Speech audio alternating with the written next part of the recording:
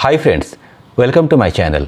दोस्तों, हमारे investor mister Sumit Kumar जो किसी जापानीज कंपनी में काम करते हैं और अभी तक उन्होंने वर्ल्ड वाइड 55 कंट्री में घूम चुके हैं और वो इकोनॉमिक में काफ़ी डेप्थ नॉलेज रखते हैं। और रिसेंटली वो हमारे साथ धोलेरा विजिट में गए थे और उनके तरफ से उनकी जो पॉइंट ऑफ व्यू है धोलेरा के ऊपर, उसके बारे में जानकारी आज लेते हैं। तो चलिए चलते हैं। धोलेरा के सबसे बड़े स्पॉन्सर तो हमारे प्रधानमंत्री नरेंद्र मोदी जी ही हैं। उनसे ही काफ़ी कुछ मुझे सुनने को और सीखने को मिला। बाद में उनको फॉलो करते करते मेरी खुद की जो इच्छा हुई, तो मैं बाकी माध्यम से सबसे अच्छा माध्यम आज की डेट में यूट्यूब, तो उस पर कोई क्लियर कट बताता है तो बहुत अच्छे से जानकारी हो जाती है। तो उस पर मुझे प्रभात जी के वीडियो से काफ़ी जानकारी मिली, क्योंकि उनके वीडियोज़ अगर आप सारे देख लें तो यहाँ आने की भी आपको ज़रूरत नहीं है। आप दूर से भी समझ सकते हैं कि धोलेरा में क्या प्रोग्रेस चल रहा है। तो यही मेरा भी एडवांटेज पॉइंट था। यूट्यूब से मैं लॉकडाउन के टाइम में भी पता लगा पाता था कि धोलेरा में क्या हो रहा है। हाउस प्राइसेस इंडिया में काफ़ी लो है।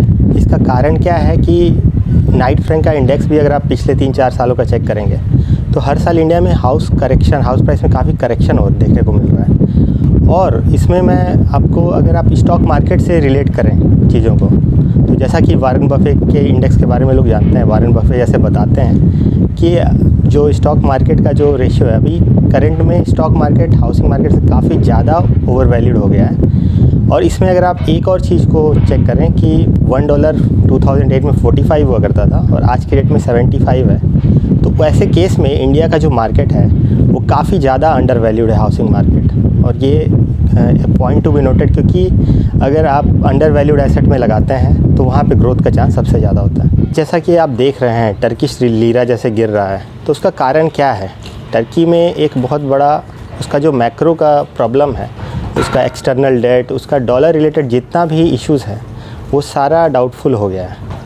इसके लिए टर्की लीरा जो है वो परेशानी में है। तो ऐसा जो मार्केट होता है, इसमें अगर इन्वेस्टमेंट करना है, खुद को डाइवर्सिफाई करना है, तो ऐसा मार्केट सेफ़ नहीं माना जाता। बट इंडिया के केस में अगर आप देखेंगे तो जहाँ पे आज ट्रेड डेफिसिट काफ़ी कंट्रोल में है, तो इसके कारण इंडियन गवर्नमेंट काफ़ी डॉलर सरप्लस बना रही है। तो ऐसे कंडीशन में रियल इस्टेट के ग्रो करने का चांसेस सबसे ज़्यादा होता है, क्योंकि आपकी करेंसी स्टेबल होती है, इन्फ्लेशन कंट्रोल में रहने का बहुत अच्छा चांस रहता है। हमारा लैंड जो है वो काफ़ी अंडर वैल्यूड एसेट है even compared to other developing economies. Dholera smart city ही क्यों, बाकी भी ग्रीन फील्ड, ब्राउन फील्ड बहुत सारे स्मार्ट सिटीज़ हैं दुनिया में।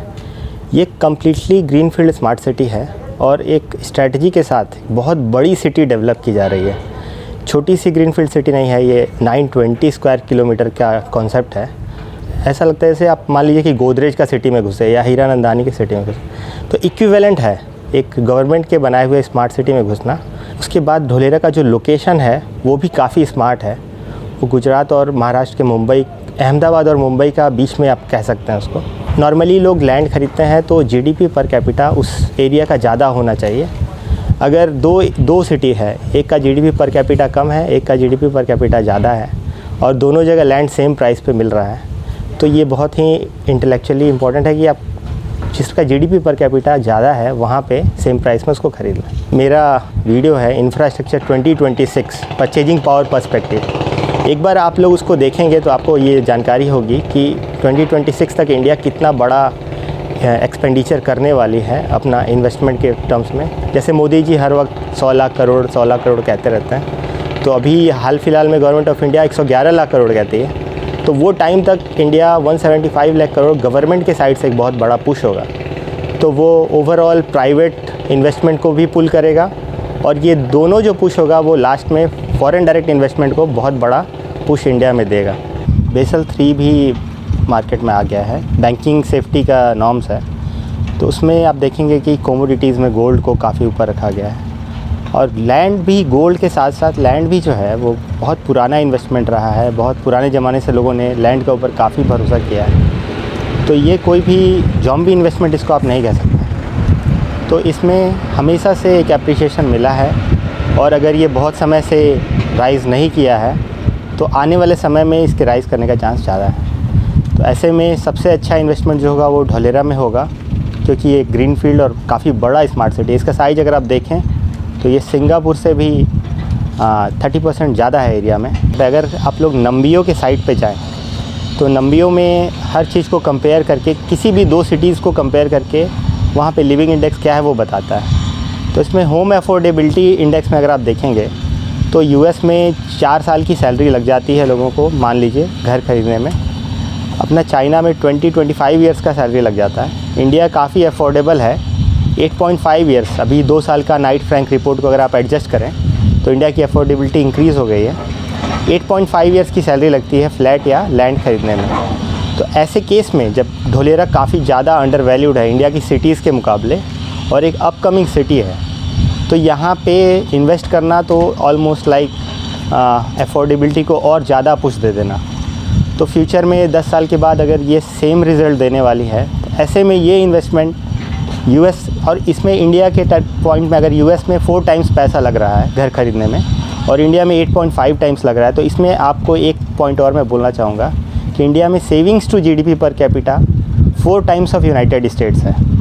तो अगर आप उस पॉइंट को भी दिमाग में रखें तो इंडिया में ऐसे रेट पे प्रॉपर्टी लेना और ख़ास करके ग्रीन फील्ड जोन जैसे कि धोलेरा, वहाँ पे ये इन्वेस्टमेंट करना एक बहुत ही बड़ा विन विन सिचुएशन होगा। जब से रेरा का इंट्रोडक्शन हुआ है इंडिया में प्रॉपर्टी ख़रीदना, खास करके प्लॉट ख़रीदना काफ़ी सेफ़ हो गया है। आप डायरेक्टली रेरा अप्रूव प्रॉपर्टी खरीद रहे हैं, इसमें कोई भी रिस्क नहीं है। ऐसा आप पुराने ज़माने में देखिए तो मुकेश भाई का भी जो प्रॉपर्टी था उस पर भी वक्फ बोर्ड का डिस्प्यूट चला था। तो ऐसे कंडीशन में जब इतना शूट बिजनेसमैन भी अच्छी प्रॉपर्टी डील नहीं कर पा रहा था, आज की डेट में रेरा आने से ये बहुत ही ईजी हो गया है। और इसमें आप दूसरा चीज़ है डाइवर्सिफिकेशन। इसके बारे में बहुत बड़े बड़े बिलियनर्स जैसे रे डालियो को अगर आप सुनेंगे, जिन्होंने हाउ इकोनॉमिक मशीन वर्क्स नाम का वीडियो भी बनाया है, तो ऐसे लोग भी कहते हैं आज के डेट में खुद को डाइवर्सिफाई कीजिए। तो डाइवर्सिफिकेशन में क्या, आपका जो वेल्थ है उसको इक्वली हर जगह डिस्ट्रीब्यूट करना है। तो ऐसे में लैंड बहुत ही इंपॉर्टेंट इन्वेस्टमेंट होता है, क्योंकि आपका वेल्थ का डेफिनेटली 15-20% रियल इस्टेट में होना चाहिए, और वो अगर लैंड में है तो वो बेस्ट है, क्योंकि लैंड को भी प्रिंट नहीं किया जा सकता है। जैसे गोल्ड की 3D प्रिंटिंग नहीं हो सकती है, वैसे ही लैंड की भी 3D प्रिंटिंग नहीं हो सकती। अभी मैंने सारे इन्वेस्टमेंट के पॉइंट्स आपको गिनाए हैं। अब इसमें अपना तो इंसान पैसों को लेके सोचता ही है कि उसके सेफ्टी के लिए पैसे होने चाहिए, बट लॉन्ग टर्म में भी एक इंसान सोचता है कि आने वाली जनरेशन को क्या देके जाना है। तो ऐसे में एक ऐसी सिटी में इन्वेस्टमेंट जहाँ पे सब कुछ वेल प्लान्ड है, और ऑब्वियसली किसी सिटी में गवर्नमेंट सब कुछ ट्रंक इंफ्रास्ट्रक्चर दे रही है, तो उसका इन्वेस्टमेंट बाद में नहीं हो रहा है, बार बार मिट्टी नहीं खोदना पड़ रहा है, तो इसका मतलब है वो इनडायरेक्टली हमारे ही पैसे बचते हैं। तो हमारा ही फ़ायदा है, हमारा कॉस्ट ऑफ लिविंग इस सिटी में आने वाले समय में भी काफ़ी कम रहेगा और लोगों को एक अच्छा यहाँ पे ग्रोथ देखने को मिलेगा। दोस्तों, यदि आपको ये वीडियो अच्छा लगा तो प्लीज़ लाइक बटन दबाइए और जितना हो सके वीडियो को आप अपने फ्रेंड सर्कल में शेयर करिए, ताकि लोगों को इसके बारे में जानकारी मिले। और यदि अभी तक आपने हमारे चैनल सब्सक्राइब नहीं किया, सब्सक्राइब करके भी रखिए, ताकि लगातार हमारे नए वीडियोस आपके पास सबसे पहले पहुंचे। और आज के लिए आप लोग हमें इजाज़त दीजिए। Bye bye, take care.